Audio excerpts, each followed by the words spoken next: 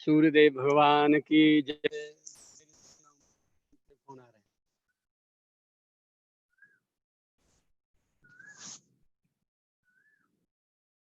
मैंने मेरे हाथ में ले लिया है अब।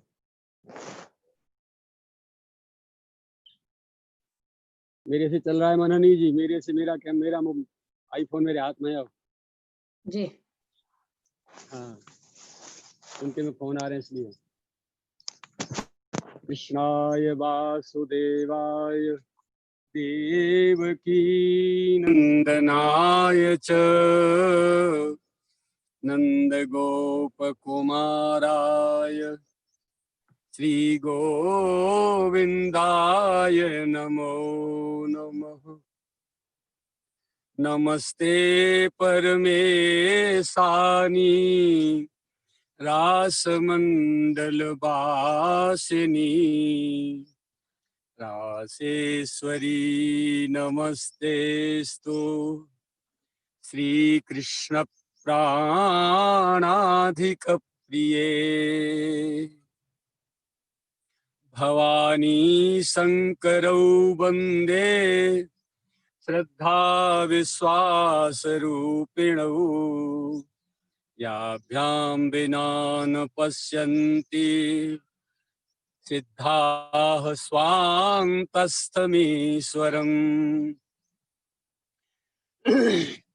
आगच्छ जानकीनाथ जानक्या सह राघव गृहाण मम पूजां च वायुपुत्रादिभिर्युतः। गंगा गायत्री गुरु गिरिगोवर्धन गाय गीता ब्रज भूरविसुता मैं प्रणवों शीस नवाय। जनक और जननी मेरे लीजय कोटि प्रणाम। आयसु आशीष दीजिए मैं करूं प्रभु गुणगान। पूजवायो पूजो स्वयं एक रूप ते जान। जो पूजे पावे कृपा श्री गोवर्धन भगवान।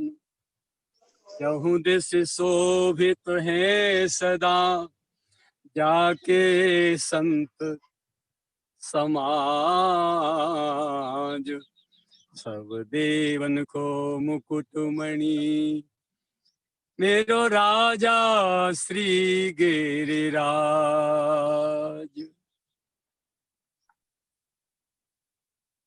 गुरुर्ब्रह्मा गुरुर्विष्णु गुरुर्देवो महेश्वरः गुरुः साक्षात् परं ब्रह्म तस्मै श्री गुरवे नमः। तस्मै श्री गुरवे नमः।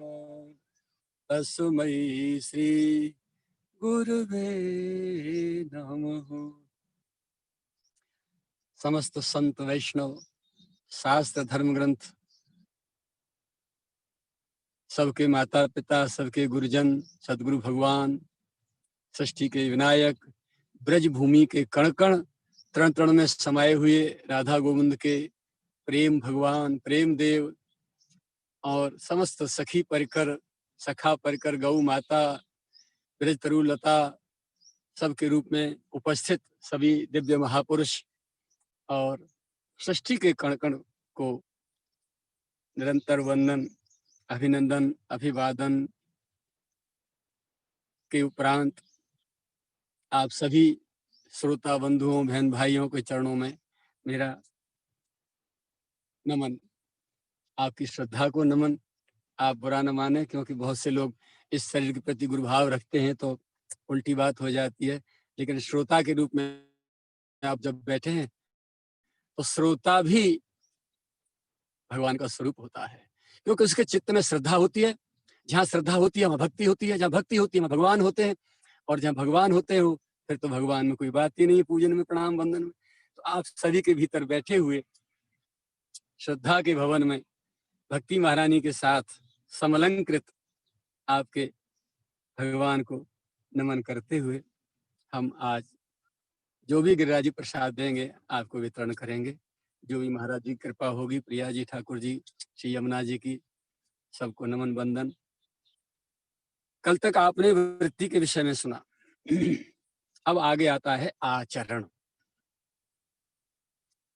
आहार, संग, व्यवहार, स्वभाव, वृत्ति, ये आपने सुने कि ये मानुष्य के कैसे होने चाहिए, भक्तों के कैसे होने चाहिए, ये तो आगे की बात है। अभी तो केवल एक सिंपल सामान्य मानवता की हमसे इतनी पुकार है और मांग है, कितना तो आपको अपने भीतर आचरण में रखना ही होगा।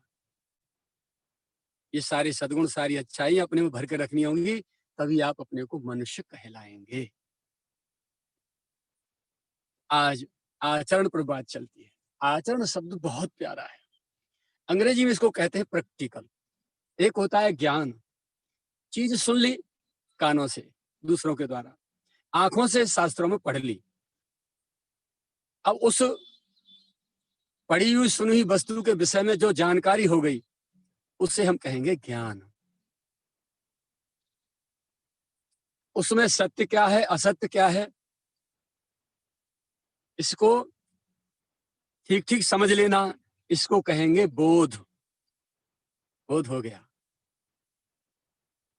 सत्य के प्रति निष्ठा और असत्य के प्रति उपेक्षा, इसको उपेक्षित किया गया, विषय त्याग। और जो सत्य है जिसका ग्रहण किया गया उसकी प्राप्ति के लिए प्रयास करने का नाम हुआ भक्ति, या प्रयास किए हुए विषय का नाम हुआ साधन। उस भक्ति उत्थित विषय को बार बार चिंतन मनन करने का नाम हो गया ध्यान। इसके बाद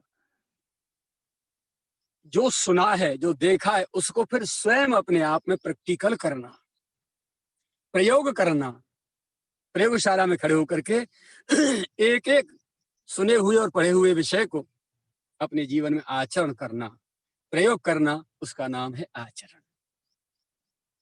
तो पढ़ी और सुनी हुई वस्तु का नाम ज्ञान, और उसको प्रयोग करके अनुभव कर लेना, यह है विज्ञान। ज्ञानी होते अति प्रिय विज्ञानी। जो प्रयोगशाला में खड़ा रहता है, निरंतर अपने जीवन की प्रयोगशाला में खड़े होकर के जीवन के एक एक विषय को प्रयोग करता हुआ, आचरण करता हुआ, अनुभव करता हुआ जो आगे बढ़ता है एक एक कदम पर, उसे कहते हैं विज्ञानी। इसलिए भगवान ने कहा है श्री रामचरितमानस में बाबा तुलसी की लेखनी के द्वारा, ज्ञानी होते अति प्रिय विज्ञानी। तो वो विषय आचरण। अब अक्षरों से, शब्दों से इसका विन्यास करते हुए साधा।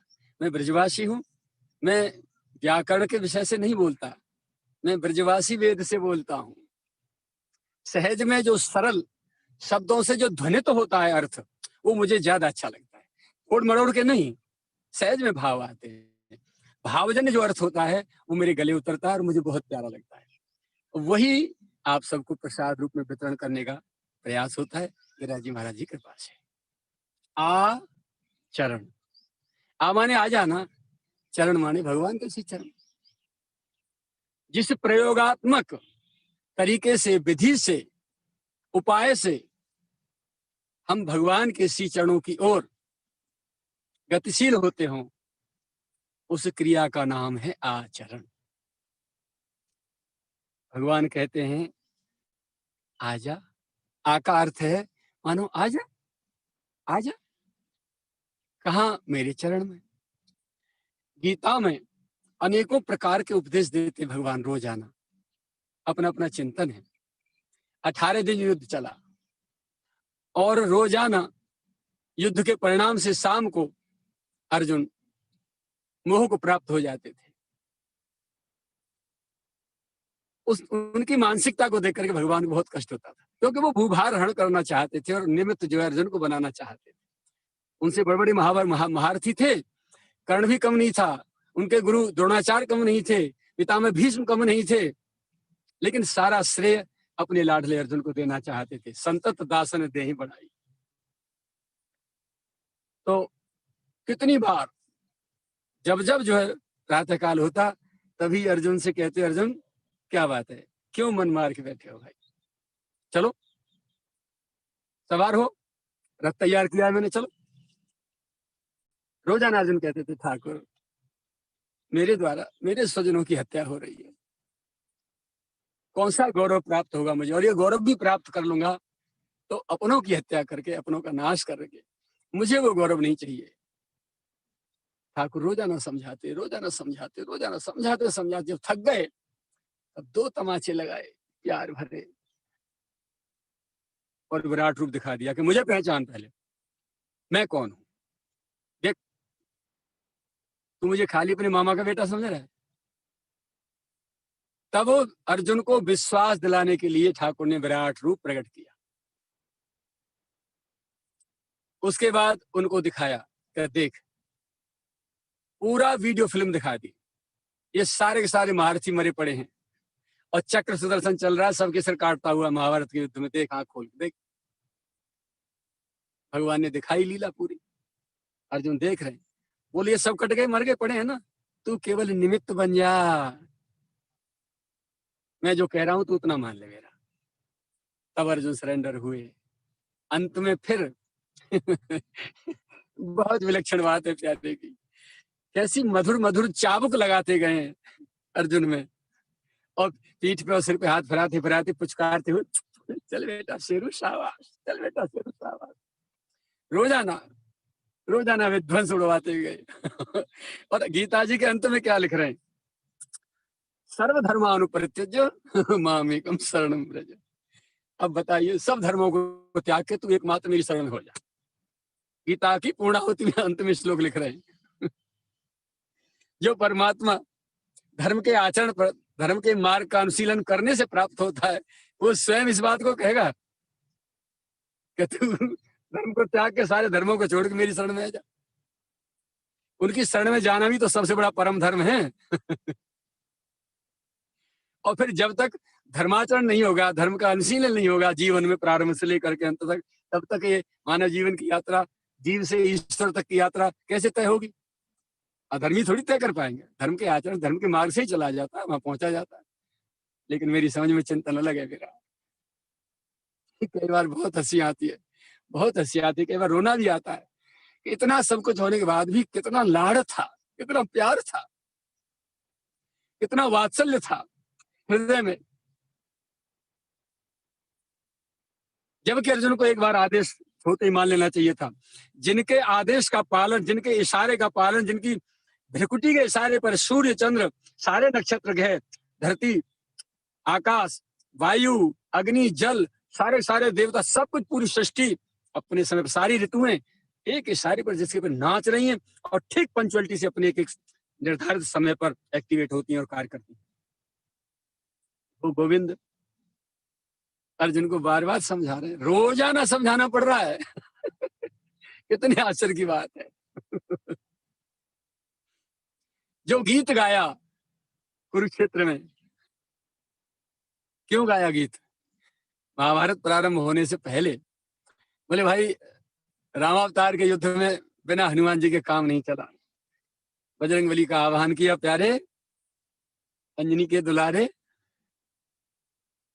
तुरंत आए। जी सरकार, सैल्यूट, आदेश करिए प्रभु।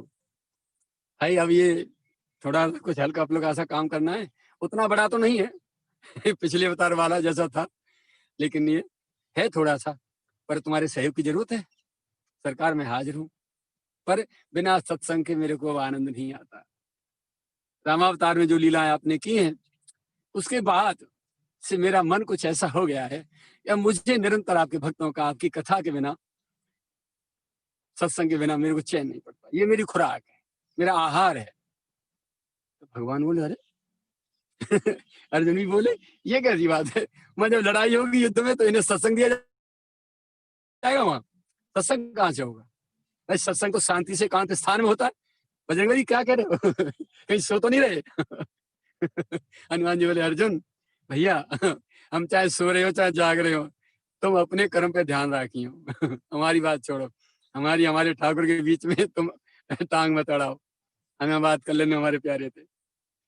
प्रभु बोले अच्छा ठीक है, हमें शर्त मंजूर हनुमान जी, ठीक है चलो बहाना तो अर्जुन का था, लेकिन ये गीत गाया जा रहा था रोजाना, गीत गाया हुआ गीत जो है ज्ञान का, भक्ति का, वैराग का, त्याग का, ये सारा का सारा ये हनुमान जी को सुनाने के लिए था। रथ की ध्वजा पे बैठे थे ऊपर, रोजाना उनको सत्संग देते थे भगवान। अर्जुन को उपदेश हो जाता था, हनुमान जी को सत्संग हो जाता था, इसलिए वो गीत गाया, उस गीत को हम गीता कहते हैं। प्यारे के मुख की वाणी है वो, उस श्याम सुंदर का खुद का चिंतन है, उनके ज्ञान भक्ति वैराग ऐश्वर्य का है, त्याग का, वैराग का, उनका स्वयं का ये परिचय है।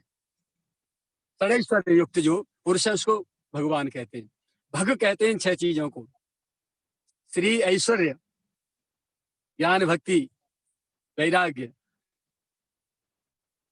ये जो 6 चीजें हैं इनका षडैश्वर्य कहते हैं इनको। तो जिसके पास ये होती हैं, धर्म यश श्री, धर्म यश श्री, ऐश्वर्य, भक्ति और ज्ञान, ये 6 चीज जिसके पास है उसे भगवान कहते हैं। जिसके पास धन है वो धनवान, जिसके पास बल है वो बलवान। ऐसे ही इस सदैश्वर्य संपन्न पुरुष को भगवान कहते हैं। तो अपना परिचय दिया श्याम सुंदर ने, इन 6 चीजों का वर्णन किया है बार बार बार बार। अर्जुन देख, मेरी भक्ति देख, मेरा ज्ञान देख, मेरा ऐश्वर्य देख, मेरा धर्म देख, मेरा यश देख, हैं ये सारी चीजें प्रभु अर्जुन को उपदेश करते जा रहे हैं, बजरंगबली को सत्संग मिलता जा रहा है। तो अब गोविंद कहते हैं आचरण, मैं जो कह रहा हूं उसको आचरण कर, उसको प्रयोग कर, प्रैक्टिकल कर भैया। अर्जुन कर, ऐसे बार बार कराने के लिए प्रोत्साहित भी करते हैं और अर्जुन से पूरे दिन युद्ध कराते हैं। तो आचरण जो शब्द है ये प्रयोगात्मक जो है विधि का नाम है आचरण। अब तक जो सुना, आहार कैसा, संग कैसा, व्यवहार कैसा, स्वभाव कैसा, वृत्ति कैसी, ये सारी चीजें जो जो बोली गई हैं, जिनके प्रति शास्त्रों ने, संतों ने जो कुछ कहा है, उस सबको अपने जीवन में आचरण करने का नाम प्रयोग करो। खुद प्रयोग करके देखो क्या है।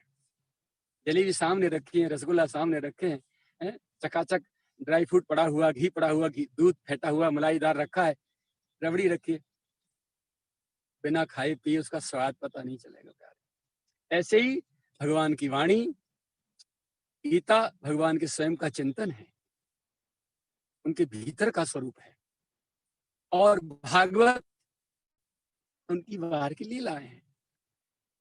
श्रीमद् भागवत जो जो उन्होंने किए हैं भक्तों की पूर्ति के लिए, दुष्टों के उद्धार के लिए जो कुछ किया है वो श्रीमद् भागवत। ये श्रीमद् भगवत गीता, भगवत शब्द का अर्थ है भगवान और भागवत शब्द का अर्थ है भक्त, जिसमें भक्तों के चरित्र हैं, संतों के चरित्र हैं, वो भागवत, और जिसमें स्वयं की वाणी है वो है भगवत, वो ईश्वर। श्रीमद् भगवत गीता, भगवत माने भगवान, गीता माने गीत, भगवान ने जो गीत गाया उसको श्रीमद् भगवत गीता कहते हैं। तो आचरण, आचरण का अर्थ जो लगाया है ये मेरा खुद का चिंतन है। कई प्रकार से अर्थ लिया गया है। चरण, चरण में आ जा, आचरण एक अर्थ। दूसरा, चर माने चरई वेती यानी चढ़ते चलो वीर, मेरी ओर आते जाओ और चढ़ते चलो, आते जाओ चढ़ते चलो, साधना मार्ग में मेरी ओर बढ़ते चलो वीर तुम बढ़े चलो, धीर तुम बढ़े चलो, सामने पहाड़ हो, संग की दहाड़ हो। तो इस प्रकार की जो कविताएं बचपन में पढ़ी थी, तो ये आचरण, चढ़ते चले आओ, अब दूसरा है आ माने आ, चर माने चढ़ता चल, और अंत में है न, चरण। न, न माने नीचे, नीचे मत गिरना, पीछे बैक मत जाना, भले ही एक कदम आगे बढ़, लेकिन बढ़ आगे, पतन की ओर मत जाना, उत्थान की ओर, ऊपर चढ़ता चल। आचरण, ये आचरण शब्द की जो है एक अर्थ हुआ। भगवान अपने मिलने के लिए, जैसे बहुत दिन के बिछड़े हुए पुत्र से माता पिता मिलने के लिए आतुर होते हैं, ऐसे ही हम सभी जीव हैं, उस परमात्मा के अंश हैं। समुद्र से मानसून उठता है और चारों तरफ सिंधु से मानसून उठा और बिंदु बिंदु होकर के बूंद बूंद होकर बरस जाता है, और जहां गिरता है धरातल पर, मकानों की छत पे, छपरों पे, टीन पे, धरती पे, इकट्ठा होकर नालियों के माध्यम से नालों में, नाले के माध्यम से नदियों में, नदियों के माध्यम से पुनः फिर समुद्र में।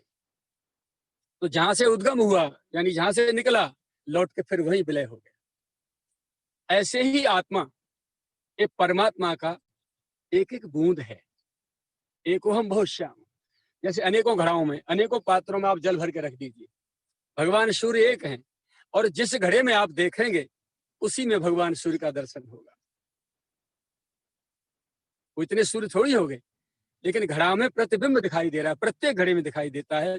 ऐसे ही प्रत्येक बॉडी इस घट रूप में, हमारा जो घट है, हृदय है, इसमें जो भी है आत्मा, वो परमात्मा की छाया है, परमात्मा का स्वरूप है। अथवा ये समझ लें, जितने मिष्ठान बने हैं उन सब में जो मिठास है वो खाण की है, आपकी भाषा में शक्कर की है, चीनी की है, लेकिन वो सब एक है, उस मिठास में अंतर नहीं है, वो मिठास एक ही है। ऐसे ही हर आत्मा में, हर जीवात्मा में, हर शरीर में, हर बॉडी में जो भीतर से एक चैतन्यता है, जो फंक्शन पावर है, जिससे वो चलता है, अच्छे बुरे को समझता है, ये सारी चीजें वो आत्मा है सबके भीतर। जैसे वाहन है, साइकिल से लेकर मोटरसाइकिल, ट्रैक्टर, कार, स्कूटर, बस, ट्रक, रेल, हवाई जहाज, एरोप्लेन, सब में ड्राइवर कौन है? मनुष्य। एक ही मनुष्य सबका संचालक, ड्राइवर। ऐसे ही ये जो जितने भी मैंने गिनाए, ये चैस है। चींटी से चींटा, कीड़ा मकोड़े से लेकर के देवताओं तक जितने भी सजीव प्राणी हैं जो संचालित हैं, चल रहे हैं, फिर रहे हैं, वो सब के भीतर, ये तो सबकी बॉडी चैस है, वाहन है सब, उसके भीतर जो बैठा है ड्राइवर, वो है आत्मा। तो हम आत्मा हैं, शरीर नहीं। इस बात को श्याम सुंदर ने अर्जुन को बताया कि ये सब आत्मा है, आत्मा न मरती है, शुरुआत में कह रहे हैं, न इसको कोई भेदन कर सकता है, पानी इसको गला नहीं सकता, अग्नि इसको जला नहीं सकता, ना आत्मा किसी को मारता है, ना किसी पे मरता है। ये इनम वेत्य हंतारम। तो ये जो चीजें हैं, ये स्पष्ट किया श्याम सुंदर ने, बताया पहले। और ठीक वही बात यहाँ है, वो परमात्मा अपनी सब आत्मा रूपी संतान से मिलने के लिए आतुर है। इसलिए जो भी चीजें मानवोचित, उपासनिक जो भी चीजें उन्होंने शास्त्रों में स्थापित की हैं, संतों ने जिनका निरूपण किया है, उनके माध्यम से वो ये संदेश भेजते हैं कि इस मार्ग से चल के तू मेरे तक आ जा, मेरे चरणों तक आ जा, मेरी गोदी में आके बैठ जा, मैं तेरे से मिलने के लिए व्याकुल हूं। और तू है कि भटक रहा है झूठे संसार के आकर्षक जो वस्तु पदार्थ है उनमें, उनके सुख में, झूठे सुखों में डूब के अपने आप को भटकाए हुए, मार्ग से विचलित हुआ है, मार्ग से भटका हुआ है। इन सब से हट करके इनका अनुसरण कर इस मार्ग पे आ जा। इसीलिए संतों के रूप में भगवान आते हैं और आकर के हर जीव को अपने को समझाते हैं, बताते हैं कि बेटा ये नहीं, तुम्हारा गंतव्य ये नहीं है, तुम्हारा प्राप्तव्य ये नहीं है, तुम्हें कहाँ जाना है और क्या प्राप्त करना है वो ये नहीं है जिसकी तुम जेठ भरे बैठे हो, चलो हटो। तो संत समझाते हैं, और जो संत चिंतन करते हैं फिर उनको लिख के रख देते हैं, और जो लिख के रख दिया जाता है उसी को हम शास्त्र कहते हैं, उसी को वेद कहते हैं, पुराण कहते हैं, उपनिषद कहते हैं, कोई भी नाम दीजिए, धर्म ग्रंथ कहिए। संतों का जो चिंतन है उनकी लेखनी से जो लिख दिया गया वही हमारे लिए शास्त्र का रूप बन जाता है। तो वो हमको जो इनकी शरण में आएगा उसे पता चलेगा मानव जीवन का मूल्य क्या है, अपनी कीमत क्या है और हमें क्या करना चाहिए, हम क्या कर रहे हैं। सारी चीजों का बोध तब होगा जब हम सत्संग में जाएंगे, संतों से सुनेंगे और उनके लिखे हुए शास्त्रों को पढ़ेंगे। तो ये सारी चीजें मनुष्य के लिए हैं। मनुष्य अंतिम है, सृष्टि का अंतिम जीव है, अंतिम शरीर है। इसके बाद उसे देवत्व प्राप्त होना है या भगवत परम पद प्राप्त होना है। सकाम उपासना करने वाले ज्यादा जब बढ़ जाते हैं तो देवत्व प्राप्त कर लेते हैं, उसके बाद फिर लौट के आते हैं। और निष्काम साधना आराधना करने वाले वो तो परम पद प्रियतम के श्री चरणों तक पहुंचते हैं। तो भगवान कह रहे हैं आचरण, आचरण कर और मेरे लिए कर। मेरी विषयगत जो वस्तु है उसको पढ़, स्वाध्याय कर, चिंतन कर, श्रवण कर और मनन कर, उसके बाद उस पर आचरण कर। आचरण मेरे तक पहुंच तो तू आ जा, मैं तेरे से मिलने के लिए व्याकुल हूं। और तू इतना भूल गया है, खिलौना ले गए, किसी को कोई खिलौना दे दिया, स्त्री को पुरुष रूपी खिलौना दे दिया, पुरुष को स्त्री रूपी खिलौना दे दिया, दोनों को संतान रूपी खिलौने दे दिए, व्यापारी को व्यापार खिलौना दे दिया है, गरीब को धन रूपी खिलौना दे दिया। बस सब अपने अपने खिलौनों में लगे पड़े हैं। तो भगवान प्रतीक्षा करते हैं कि कब ये खिलौना फोड़े, तोड़ फोड़ के फेंक के कब मेरे ओर हाथ बढ़ाए और कब मैं इसे गोदी में लूं। जब बच्चे को माँ की याद आती है, देखते हैं ना आप, आपके घर घर बालक है, बच्चे हैं, खिलौना दें, खिलौनों को बच्चों फेंक देता है, खाने की चीज दें, टॉफी, उसको फेंक देता है, और हाथ उठा के अजस्र अश्रुधारा बहाता हुआ बिलख बिलख के जब माँ के लिए रोता है, तो माँ कितने भी आवश्यक कार्य में लग रही होती हो, क्यों नहीं छोड़ के भागेगी तुरंत, उठा के गोदी में हृदय से लगाई, मेरा लाल, मेरा लाल, मेरा लाल। तो बस वही आतुरता प्रियतम के चित्त में, वही विकलता हमसे मिलने के लिए उनके चित्त में है। और हम हैं कि उनको भूल करके झूठे खिलौनों से खेलने में लगे। जैसे वो हमारे लिए आतुर है, ऐसे हमें उनके लिए आतुर होना चाहिए। अबोध शिशु की तरह, अनाथ शिशु की तरह, जिसकी माँ खो गई हो या जिस माँ का शिशु खो गया हो, और जैसे एक दूसरे के लिए दोनों बिलखते हैं ना, जब तक ऐसी तड़फन नहीं होगी तब तक मानव जीवन का न प्राप्तव्य हाथ आएगा और न कर्तव्य हाथ आएगा। तो और ना तब तक संतों से मिलने की भूख जागृत होगी, क्योंकि हमें माँ से मिलाने के लिए परमात्मा रूपी जो हमारी जननी है, जो माता है हमारी मीठी सी माँ, उससे मिलाने का माध्यम केवल और केवल एकमात्र सत्य संत और सत्य, दूसरा कोई उपाय नहीं है सृष्टि में। बाकी और तो सब हमें मार्ग से भटकाने वाले हैं। तो भगवान प्रतीक्षा तो रहे, अब हमें चलना, उनकी ओर चल पड़ना चाहिए। संतों की वाणी सुनने को मिले। इस प्रकार से प्रभु कहते हैं दौड़ के चल भैया, तू मेरी ओर आ जा, तू है, मैं तेरी प्रतीक्षा कर रहा हूं। एक अर्थ। दूसरा शब्द है आजा, आजा, आजा। आ चरण, चरण में, चरण की शरण में, और शरणागत हो करके चरण में बैठ। चरण में बहुत आए थे, रावण भी आया, कंस भी आया, जितने असुर थे वो सभी आए, चरणों में तो आए थे, लेकिन शरण नहीं ली, शरण में नहीं आए। तो चरणों की शरणागति स्वीकार करनी होगी। गोविंद के चरणों की शरणागति स्वीकार करने का नाम, ये शब्द पूरा होता है आचरण। स्वीकृति हमारे हृदय की होगी, उधर से गोविंद की स्वीकृति होगी, उनकी कृपा, उनका प्रेम, उनका दुलार, उनका विश्वास और हमारी श्रद्धा, जिस बिंदु पर दोनों मेल खाते हैं, मिलते हैं, बस वहां से भक्ति का और प्रेम का और विरह का एक दीपक जलता है, एक ज्योति जलती है। उसे हम ज्ञान भी कह सकते हैं, भक्ति भी कह सकते हैं, चेतना भी कह सकते हैं, आत्मा का प्रकाश भी कह सकते हैं। वो मिलन की बेला वहां से स्टार्ट होती है, वो पॉइंट है, on your mark set go. बस वहां से आगे गति होती है अपने सिलेक्शन की। तो प्रभु कहते हैं आजा, आजा। अब है आचरण। आचर। अब आचर शब्द का लेते हैं। आचर कहते हैं माँ का आचर। आंचल, आंचल माने गोदी। आचर, तू मेरे आचर में आ जा, ना नीचे मत खेले, अब मेरी गोद में आके बैठ तो जा, देख फिर तेरे को कितना लाड लड़ाता हूं मैं। आचर। तीसरा, आगे चौथा शब्द है आचरण का अर्थ। आचर कहते हैं माँ के स्तन को।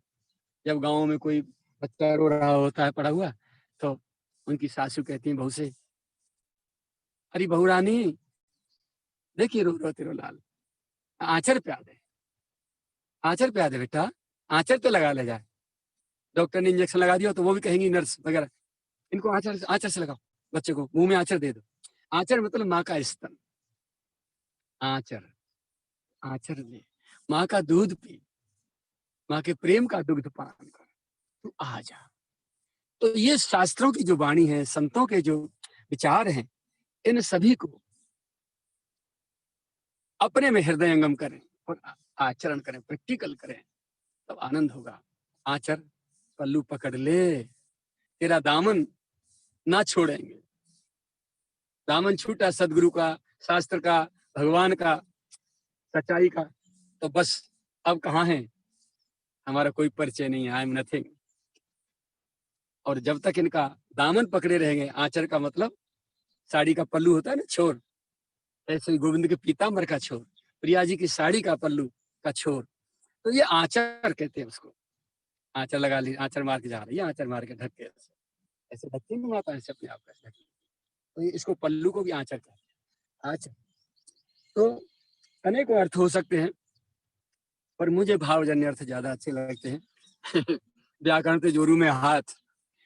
व्याकरण जो है एक तो अहंकार प्रदान करता है, दूसरा रूक्षता देता है ज्ञान के अहंकार का, लेकिन भावजन्य जो अर्थ होता है शब्दों का, वो हमको एक रस में डुबो देता है, रसीला बना देता है।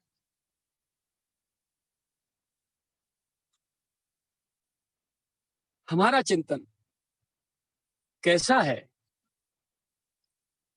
ये हमको परिचय देता है कि हमारा बैक कैसा रहा है, बैकग्राउंड कैसा रहा है, हमारी संगति कैसी है, हमारा आहार कैसा है, ये इसका परिचय देता है हमारे आचरण से। ये सारी चीजें मिलकर के, आहार, संग, व्यवहार, स्वभाव, वृत्ति, और इस सबका प्रैक्टिकल जो आचरण करते हैं, मिलकर के प्रयोग जो करते हैं, उस सब मिलकर होता है आचरण। इस आचरण की ओर जैसे जैसे हम गोविंद के चरणों की ओर बढ़ते जाएंगे, एक एक चीज को प्रैक्टिकल करते करते करते करते, यथा यथात्मा परिमृज्यते सौ मत पुण्य गाथा श्रवणाभिधान ही तथा तथा पश्यति वस्तु सूक्ष्मम चक्षुर यथैवांजन संप्रयुक्तम। जैसे जैसे साधक भगवान के गुणानुवादों का गायन करते हुए, चिंतन करते हुए, मनन करते हुए, जप करते हुए, स्वाध्याय करते हुए, सत्संग करते हुए, जैसे जैसे जैसे जैसे परिमार्जित होते हुए आत्मा गोविंद की ओर गतिशील होती जाती है, वैसे वैसे ही तथा तथा पश्यति वस्तु सूक्ष्म, सूक्ष्म से सूक्ष्म वस्तु गोविंद के मार्ग की स्वयमेव दिखाई देती चली जाती हैं। हम कहते हैं पता नहीं क्या है, पता नहीं क्या है ठाकुर जी की लीला, पता नहीं, सारी चीजें हमें दिखाई देती है। लीला की परिभाषा क्या है जानते हैं? लीला शब्द की, लीला क्या चीज होती है? खुली आंखों से देख भी रहे हैं, खुले कानों से सुन भी रहे हैं, और जागृत अवस्था में उसका अच्छी तरह उस पर मनन और चिंतन विचार भी कर रहे हैं, लेकिन समझ में नहीं आ रहा, बुद्धि नहीं पकड़ पा रही है, मन और बुद्धि से परे है, ये बात समझ में नहीं आ रही है। इस विषय को कहेंगे लीला। जो लीला समझ में नहीं आती, मन बुद्धि से अगम अगोचर पार दूर है, उसके नेटवर्क क्षेत्र से बाहर है, वो भी तथा तथा पश्यति वस्तु सूक्ष्मम, वो भी दिखाई देती चली जाती है। चक्षुर थैवांजन संप्रयुक्तम, जैसे सिद्धांजन लगा करके नेत्रों में सिद्ध लोग जब देखते हैं किसी चीज को, तो धरती में कौन कौन सी खाने खनिज कहाँ छिपे पड़े हैं, कौन कौन सी वस्तु कहाँ कहाँ है, तीनों लोकों में क्या हो रहा है, उनको वहीं बैठे बैठे सारी चीजें त्रिकालदर्शिता प्राप्त होती है, सब कुछ दिखाई देता है। तो ऐसे ही हम जब एक एक विषय को अपने प्रयोगात्मक रूप से आचरण करते चले जाएंगे, सबसे पहली बात तो आत्मसंतुष्टि होगी हमारी।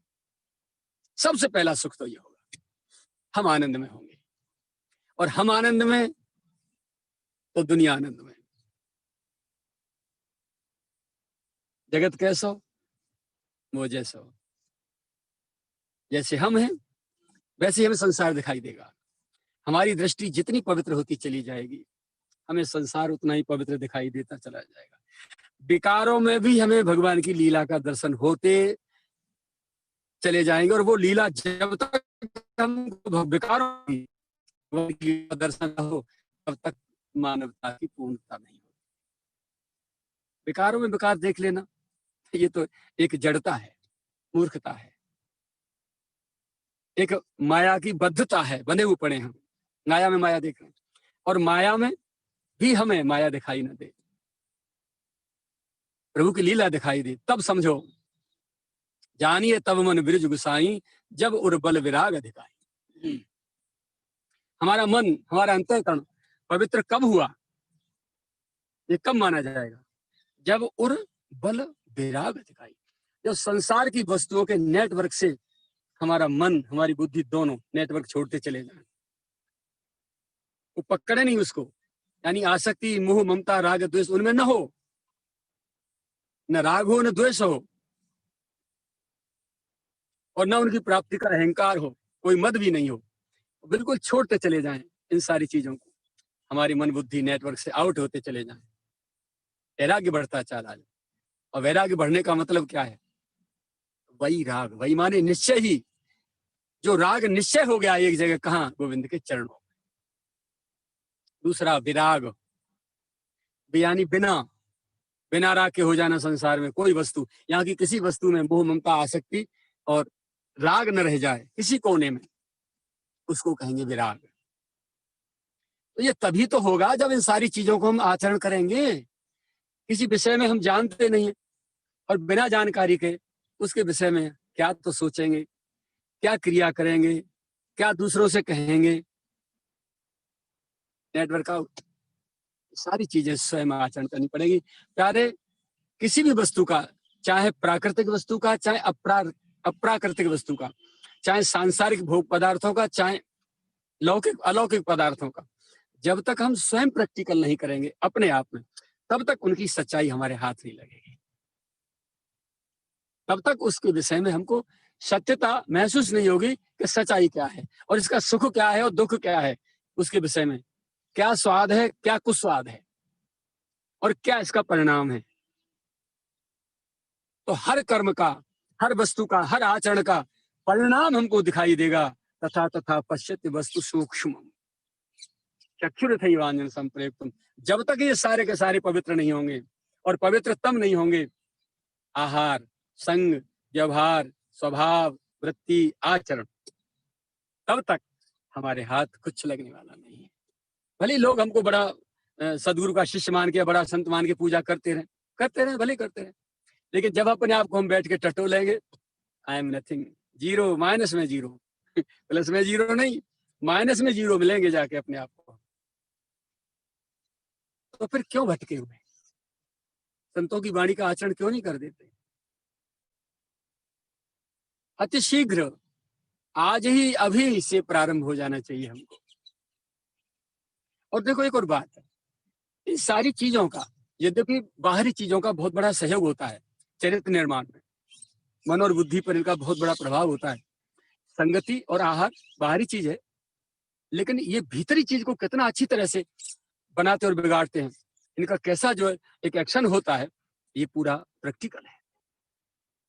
बहुत से साधुओं में, बहुत से साधकों में एक ये होता है कि इन सारी चीजें जितने आचरण कर लिए, एक बीमारी और लगती है, इसके बाद बड़ी सावधानी की आवश्यकता है। बीमारी वो है कि मैं बहुत बड़ा त्यागी हूँ, मेरा आहार तो सात्विक शुद्ध है, मेरा संग पवित्र, ये सब राक्षस है, सब इनका सब ऐसा है, इनका सब ऐसा है, इनका सब। तो दूसरे में साथ साथ दोष देखते चले जाना, ये बहुत बड़ी हानि होती है। इससे बचना है बहुत ज्यादा। अच्छाई हमसे आचरण हो न हो, लेकिन दूसरों की बुराई पर जरा भी दृष्टि न जाए, इसकी सावधानी दीवार लगा दें, अपनी नेत्रों पर पट्टी बांध दें। टांगे का घोड़ा होता है ना, ऐसे उसके जो है वो बंधे रहते हैं मुखौटा, यानी उसको इधर उधर की साइड की चीज दिखाई नहीं देती, सामने लक्ष्य दिखाई देता है। साधक ही वही जो निरंतर अपने लक्ष्य की ओर दृष्टि जिसकी है। और साधक की संज्ञा कोई गृहस्थ व्यक्ति नहीं है, जो भगवान से मिलने के लिए, भगवत प्राप्ति के लिए जो साधना कर रहा है, जो चिंतन कर रहा है, जो स्वाध्याय कर रहा है, आचरण में लगा है, उसे साधक कहते हैं। जो अपने को साध साध के ले जा रहा है अपने मानव जीवन को, उसे साधक कहते हैं। तो आचरण के अनेकों शब्द भी अपने अर्थ भी हो सकते हैं, लेकिन मेरी समझ में जो आए उस सेवा में प्रस्तुत किए। अब ये सारी चीजें इकट्ठी हो जाती हैं और पवित्र हो जाती हैं, ठीक है ना। इन सबका मिलकर के एक नाम और होता है, एक टाइटल। बोले क्या? बोले रहनी।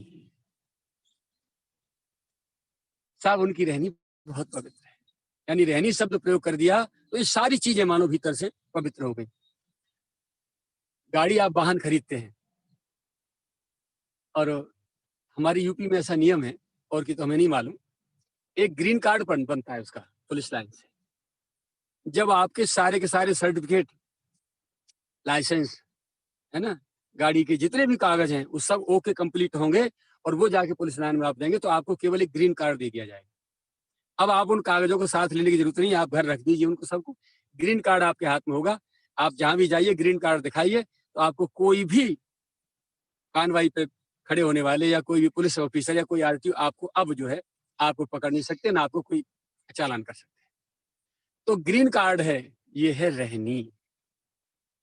इन सारी चीजों से संपन्न होने के बाद जो एक व्यक्तित्व बनता है निखर के,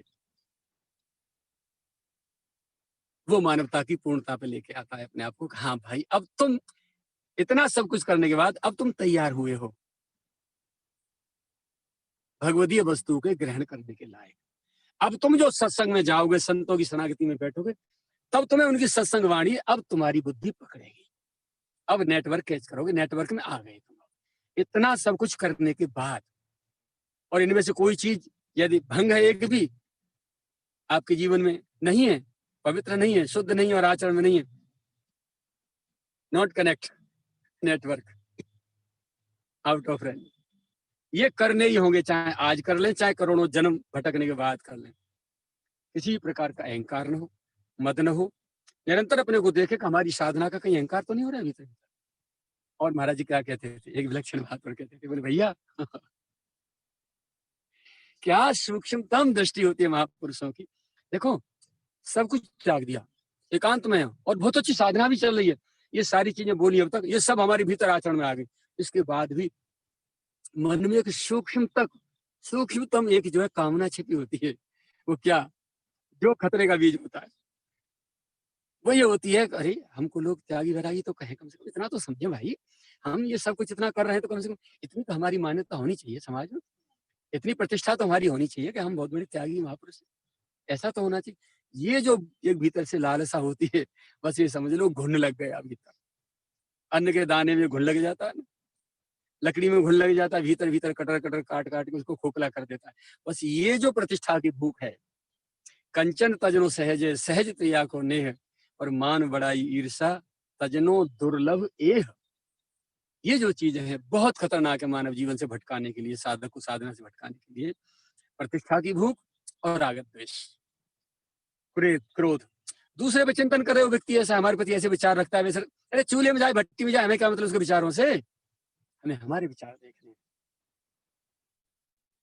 देखिए नेटवर्क लगाइए आप, मोबाइल आप लगाइए, अभी हम यहाँ से बैठे हैं, आप सब सुन रहे हैं, ठीक है, हमसे आप पे डायल करेंगे, डायल लगेगा, ठीक है। यदि आप आउट ऑफ रेंज होंगे तो नंबर नहीं लगेगा। ऐसे ही सामने वाले के विचार यदि हमारे प्रति दुर्विचार हैं और हम सदविचार लेके बैठे उसके प्रति, उसके दुर्विचार हमारे प्रति आएंगे और यहाँ से हमसे टकरा के हमारे सदविचारों से वापस लौट जाएंगे, हमारा कुछ नहीं बिगाड़ पाएंगे। और हम भी दुर्विचार लिए बैठे होंगे तो सीधे सीधे नेटवर्क में आ गए, पकड़ लेंगे उसके, और तुरंत भीतर भीतर आग जलेगी, उसके प्रति उसका चिंतन होगा और उसको फिर हानि पहुंचाने की कोशिश करेंगे। फिर ये हमसे ऐसा क्यों कहता है, ऐसा क्यों कहता है, हमको इसके माता दे क्या, इसका कोई गुलाम है क्या, इसका दिया वो खा रहे क्या, अनेकों प्रकार की मन में कल्पनाएं उठेंगी और भावनाएं तूफान आ जाएंगे और हमको विचलित कर देंगे। लेकिन हम पहले से ही सद्विचारों का नेटवर्क खड़ा किए बैठे हैं। भीतर से रसगुल्ला रबड़ी का मिष्ठान भरे बैठे हैं, तो हरी मिर्च को स्वाद फिर हम कैसे लेंगे? हमें ना हारो। कड़वो चढ़ाए तो वो खावे को, जाके भीतर भरे पड़े हम क्यों खावे लगे? हम तो रसगुल्ला रबड़ी दिए ठाकुर ने, तो उन्हें पीएंगे। चल, अच्छाइयों के रबड़ी रसगुल्ला भरे हैं सद्गुणों के, वो हम आचरण करेंगे, अपने भीतर भरेंगे और एक एक चीज को पवित्र करते चले जाएंगे क्रम से, धीरे धीरे धीरे धीरे। फिर अपनी रहनी इतनी सरल। ये सब कुछ होने के बावजूद भी जिस वृक्ष पर आम के पे फल लदते हैं ना, आप देखते हैं ना ऊपर, वो उसकी शाखाएं झुकती है।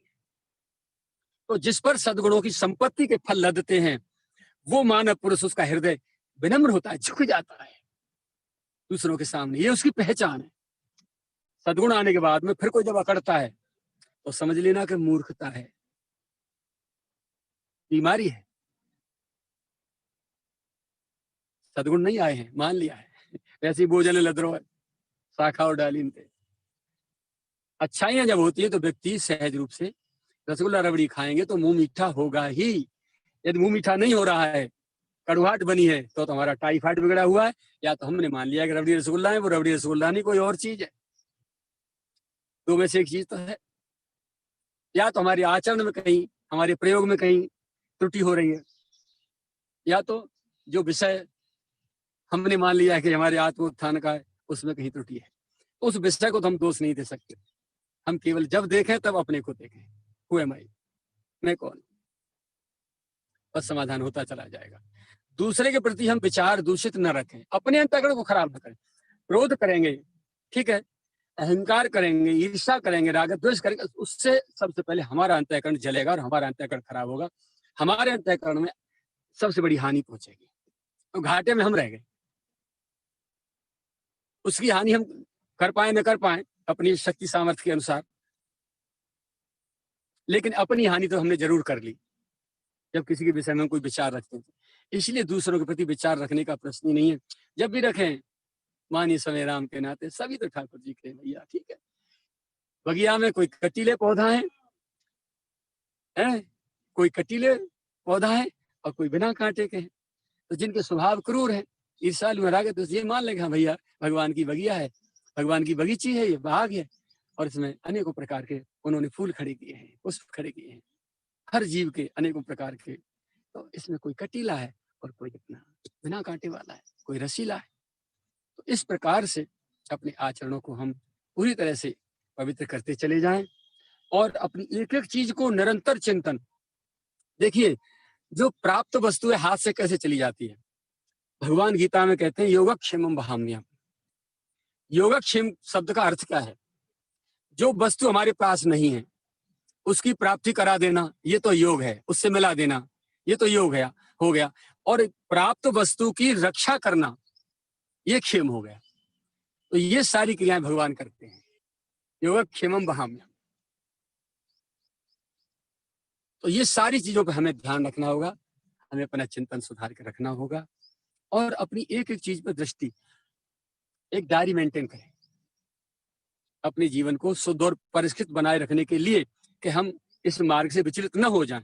इसके लिए छोटी सी एक पॉकेट डायरी है, उसमें तारीख लिखें ऊपर कोने पे और 4 कॉलम बनाए इसमें, ऐसे सीधे सीधे ऐसे, और हाशिया काट के एक में लिखें समय, एक में लिखें संसार, तीसरे में लिखें शरीर और चौथे में लिखें साधना।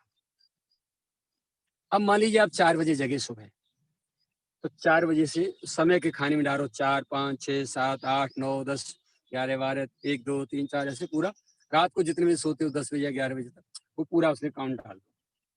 अब आप जैसे ही जगह जगते ही आपकी साधना शुरू हो गई, काउंटिंग, आपकी चेकिंग शुरू हो गई।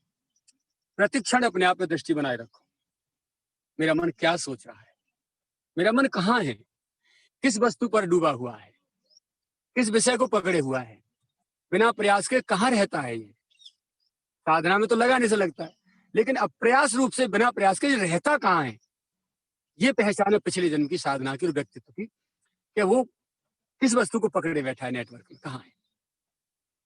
तो हर घंटे पे चेक करो और उसमें लिखते जाओ, जितना मिनट, जितना समय आपका शरीर के काम में गया, शौच में, लघु शंका में, भोजन में, विश्राम में, वो उस शरीर के खाने में डालते जाओ। और कितने से कितने बजे के बीच में किया, उतना टाइम की सीध में सामने उसको लिखते जाओ।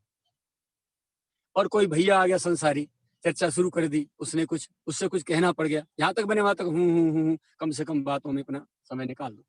लेकिन कुछ कहना पड़ जाए तो घड़ी देख लो कि कितने मिनट या कितने सेकंड या कितने घंटे हमने इससे बात की, हमारी कितना समय बर्बाद हुआ। तो वो जो समय का कॉलम है उसमें कितने बजे से कितने बजे तक उसमें नोट कर दो। समय शरीर दोनों हो गया। अब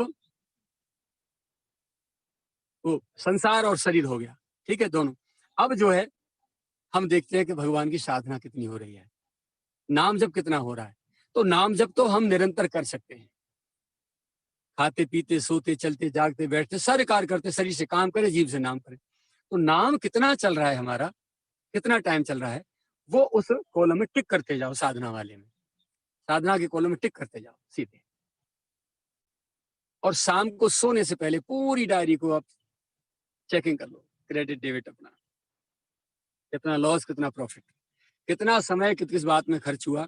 तो इसमें कुछ ऐसे बातें ऐसे काम भी होंगे कि जो बिना बात किए बिना खर्च किए समय हमारा बच सकता था, आज नहीं बचा पाए कल बचा लेंगे। या अमुक व्यक्ति के आने से हमारा समय बहुत खराब होता है, पर चर्चा में जाता है, उस व्यक्ति से मिलना बंद कर दे, बहाना कर दे, भले ही झूठ बोल दें। यहाँ हमारा अध्यात्म साधक कहता है अपनी साधना को बचाने के लिए अपने और अपने प्रियतम के बीच में जो बाधा है उसको झूठ बोल के भी हटा देना अपराध नहीं है, सबसे बड़ा जो पुण्य है ये। लेटरिन का बहाना बना दो, सिर दर्द का बहाना बना दो, कोई भी बहाना बना दो, अपने को बचा लो उस व्यक्ति से जो हमें साधना से विमुख करता है।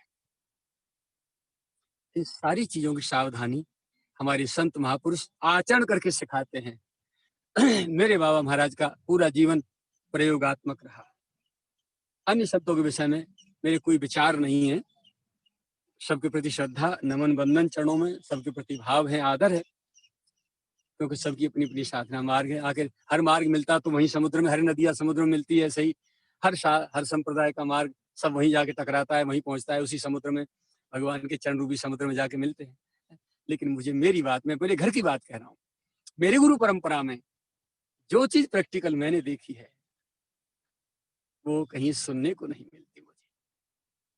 जीवन बीता जा रहा है, खूब उम्र हो गई है, दाढ़ी भी सफेद पड़ गई है, 16-17 साल को तो है ही होंगे अब तक।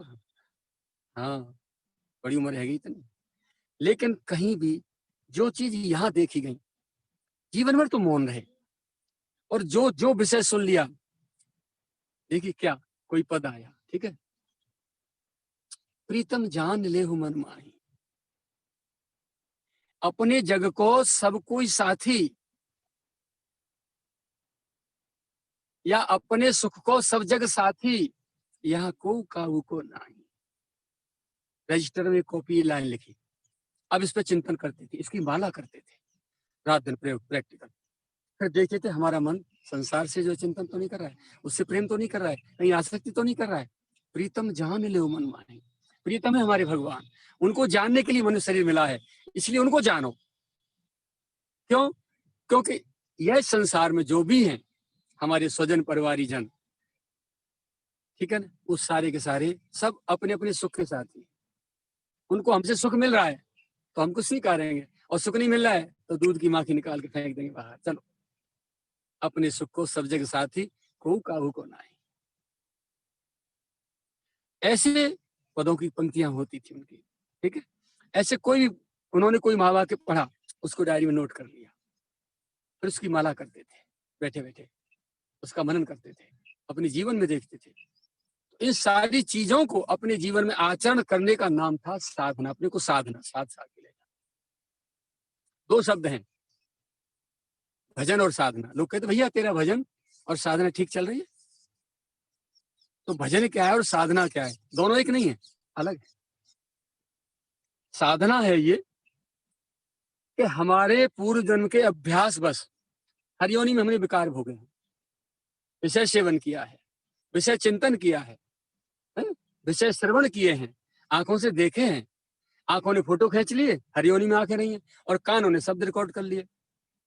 अब जो मोबाइल में जैसे चिप कार्ड होता है ना, ऐसी शरीर में चित्त होता है।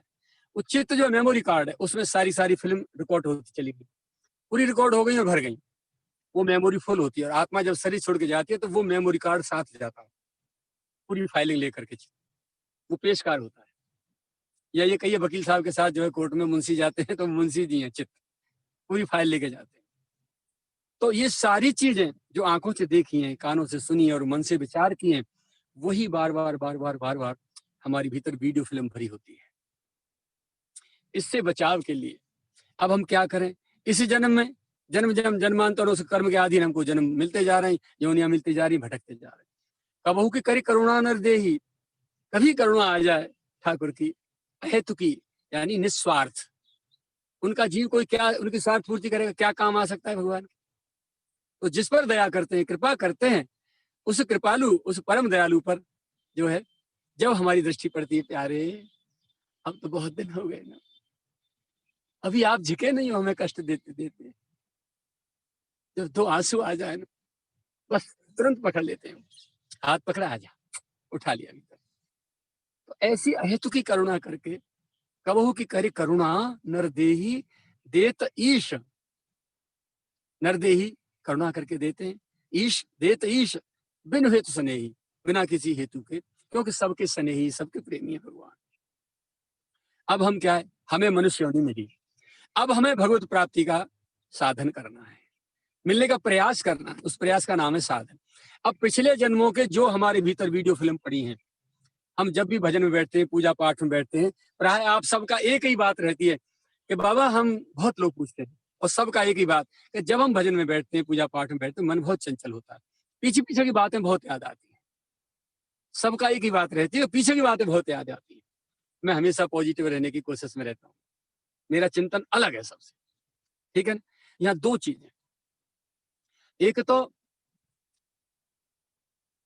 पूर्व अभ्यास, बस हर योनि में जो विकार सेवन किए हैं, हमारे मन बुद्धि को उनमें रहने की आदत पड़ी हुई है, अभ्यस्त, दृढ़ अभ्यस्त और स्वभाव बन गया मन बुद्धि का उन विषयों में रहने का। भले ही मानव शरीर परमात्मा ने अपनी कृपा से दे दिया, लेकिन मन और बुद्धि तो वही है, पीछे वाले मेमोरी कार्ड तो वही भरा पड़ा है सारा, खाली ऊपर का केवल वाहन ही तो बदला है हमारा, कार छोड़ के हम हेलीकॉप्टर में बैठ गए, इतना ही अंतर है, पर हैं तो हम वही जो कार में बैठे थे। तो बस अब जो है हम जब भजन में बैठते हैं, भजन की लगती है झाड़ू। 10 साल बाद कोई गांव गया अपने घर, किवाड़ खोले कमरा के, झाड़ू देने लगा, बच्चे बाहर बैठे, माता पिता दोनों दीवारें झाड़ने लगे, जरा माकड़ी साफ की, और तो धूल उड़ने लगी, और इतनी धूल कि मुंह, अपना मुंह ढक लिया पूरा, आंखें बंद कर ली उन्होंने, ठीक है? उसमें मम्मी की पापा की शक्ल नहीं दिख रही। बाहर से बच्चे कह रहे हैं मम्मी पापा ये क्या कर रहे हो, गंदे हो तुम। छोटा छोटा बच्चा कह रहे मम्मी गंदी हो तुम, ये क्या कर रही हो।